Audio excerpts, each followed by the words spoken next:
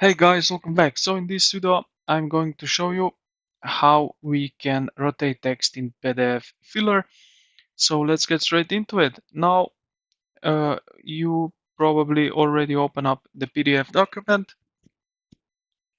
and you have probably added the text. So what you are need to do now is basically So how we locate this rotate icon is basically that, as I mentioned, we need to select the text. So I will do it something like that. And now here at the end of this box that you see, it will show up this icon like two arrows in both direction. And now, as you can see, we can rotate the text simply how we want it.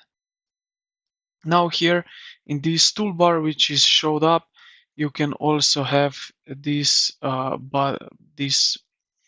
multiple direction arrows. So this means that you can drag this text through all PDF file.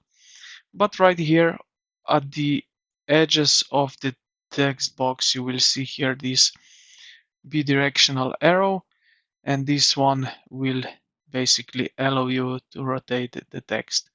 So yeah, I hope this video helped you out. If you did, consider to like the video and subscribe to the channel. Thank you for watching, and I will see you in the